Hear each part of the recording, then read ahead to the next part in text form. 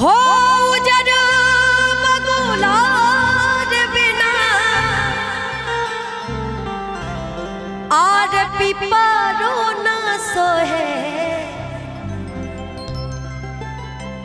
कोयल बिना अरे कोयल बिना बगिया ना सोहे राजा कोयल बिना बगिया ना सोहे राजा कोयल बिना बगिया ना सोहे राजा कोयल बिना बगिया ना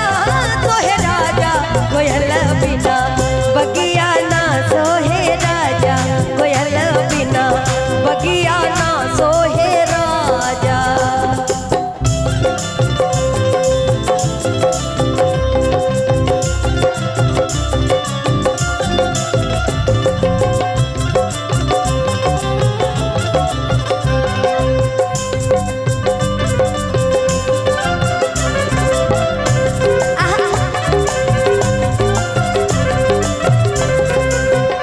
और ये बड़ी प्यारी गीत है मैम, एक लड़की के जीवन में, ध्यान से सुनिएगा।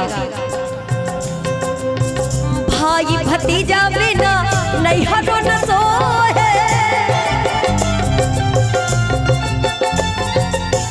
भाई भतीजा बिना नैहरो न सोहे भाई भतीजा बिना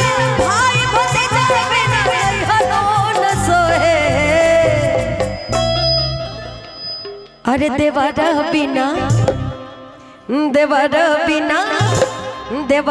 बिना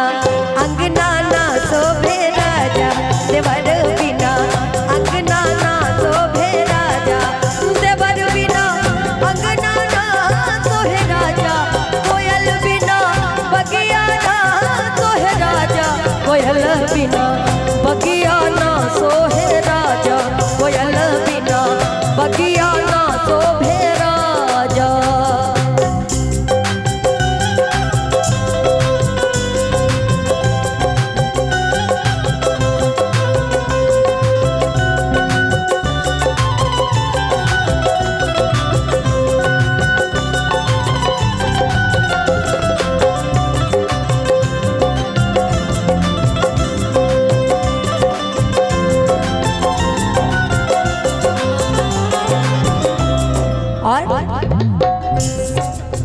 सास ससुर बिना ससुरो न सोहे सास ससुर बिना ससुरो न सोहे सास ससुर बिना ससुरो न सोहे हो सास ससुर बिना और ससुरो सैया हो बिना राजा हो बिना सैया हो बिना सजिया ना शोभे राजा सैया हो बिना सजिया ना शोभे राजा सैया हो बिना सजिया ना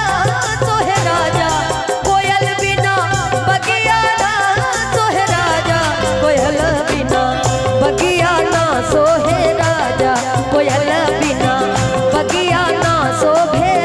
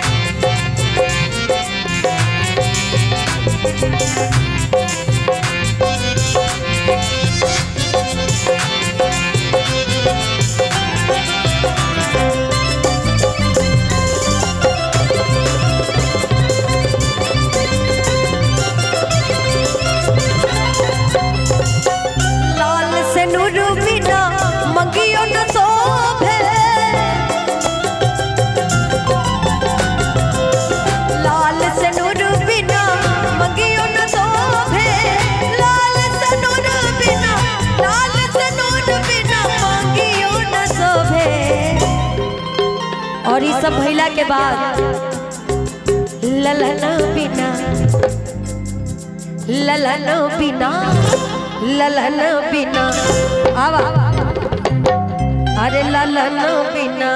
गोदिया ना शोभे राजा ललन बिना गोदिया ना शोभे राजा कोयल बिना बगिया ना शोभे राजा कोयल बिना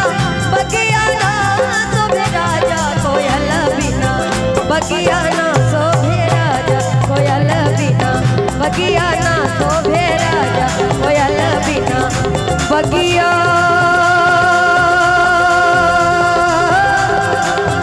ना शोभे राजा।